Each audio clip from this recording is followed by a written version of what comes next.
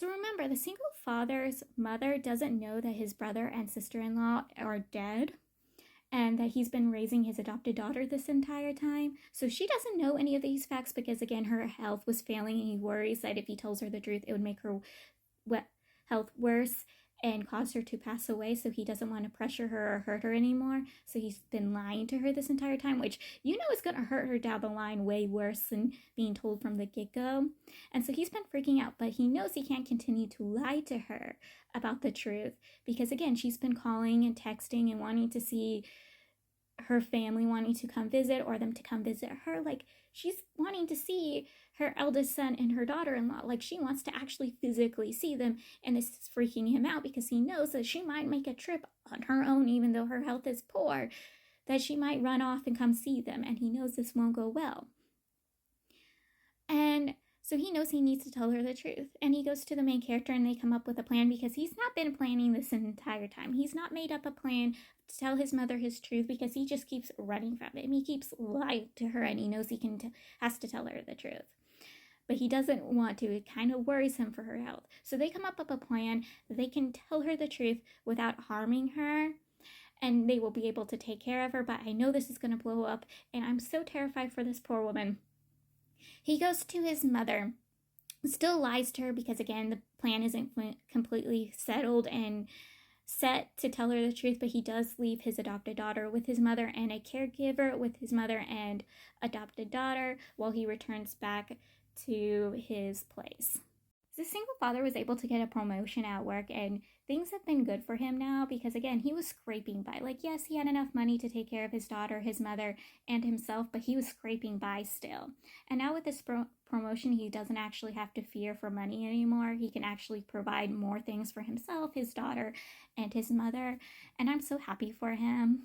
The main character and the male lead, they finally do the devil's tango, and the first round of sleeping together was so painful for the main character because remember, the main character promised to be the main bottom as long as the male lead promised that they would switch off and on, but he would be the main bottom. And the first round was so painful, like he was in so much pain. He was begging it to be completed, and they didn't last for very long.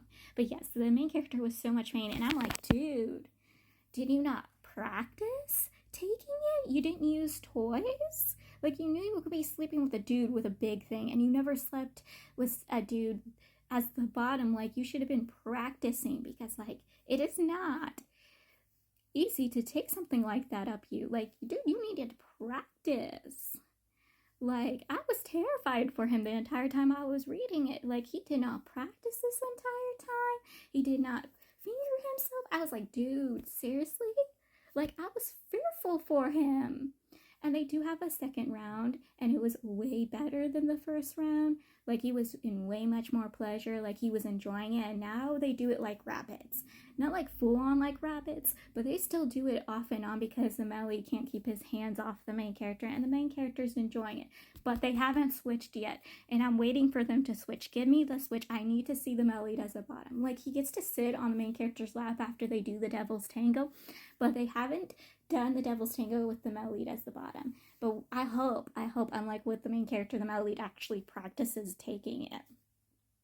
Because I was so fearful for the main character. I was like more fearful than I was enjoying it. I was like, baby, you needed to practice. Another thing I'm so fearful for is that the main character hasn't told the male lead the truth. Like, the photographer has learned about the main character's real identity before the main character's boyfriend has. And I am so fearful about that. I'm like, honey, tell him the truth. You got to tell him the truth. And he knows he has to tell the male lead the truth, but he fears the male lead's reaction if he tells the male lead that he's actually a little rich heir, that he has all this money, that he never has to work a day in his life, how the male lead reacts, because he knows the male lead wants him to be like a stay-at-home wife that does the cooking, the cleaning, the supporting of home, and the male lead gets to splurge on him, spends all this money on him. He knows this is the lifestyle the male lead is seeing in his head between the two, and he knows the male lead will not like it if their situation was vice versa. We know this because in book 1, the male lead showed his inferiority complex at the idea of the main character having more money than him.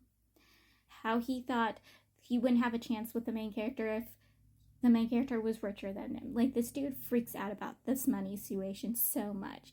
But the main character knows he has to tell the male lead the truth because the male lead wants him to move in with him. He wants the main character to leave his place because, again, he believes the main character is just staying at a friend's home and playing sub landlord for the friend. He wants the main character to move in with him, even though they've been only dating for a couple of months. And the main character knows we'll have to sit down and talk. We have to talk about the whole money management situation, who's taking care of the chores, like how this thing is going to work. But he knows he has to tell the male lead the truth. And I am so afraid of how this is going to blow up. Like, I am a little bit terrified. But at the same time, it might go well. It might not go as bad as I think it might go. So the photographer, he actually wants to continue school. He wants to go back to school because he's gotten a way big payout from the film set. So he's thinking maybe he'll go back to school. And one of his ex-boyfriend slash friend calls him from all the way from Australia, because the dude moved to Australia, and tells him, hey, you can move here and go to school here. And the dude is thinking, maybe I will, because again, a lot of his ex-classmates in high school moved to Australia and going to school in Australia. So he's thinking maybe he'll do that. And so he goes to the main character, and the main character gives a lot of pointers and cons about going to a school in a foreign country, especially with a culture shock. So he's thinking things through without rushing into it too fast. But he does like the idea about moving to a foreign country and being with his ex-boyfriend. It seems like he still holds an old flame for his ex-boyfriend, but it's also the whole thing with his friends here and his dorm here, and like he loves everyone, he cares for everyone, he doesn't want to lose the support system he has here to go back to a support system that had let him go and left him. So he's a little fearful about moving all the way to another country where he knows people but doesn't know people, kind of thing. A really sweet part in this book was when the male lead gets sick and he needs someone to take care of him, but he doesn't want anyone to take care of him because he doesn't want anyone to get sick, and the main character's like, no, you need someone to take care of you. So he gets there, takes care of the male lead, and it was just a sweet moment between the two, and I was like kicking my feet and squealing, and how the male lead's like, we could do it, we could sleep with each other, isn't that gonna be fun? And the main character's like, no, like, it'd be kind of fun, but it would have to be when you're really, really in a fever. And I'm like, oh my god, you two, seriously, shame on you guys, shame.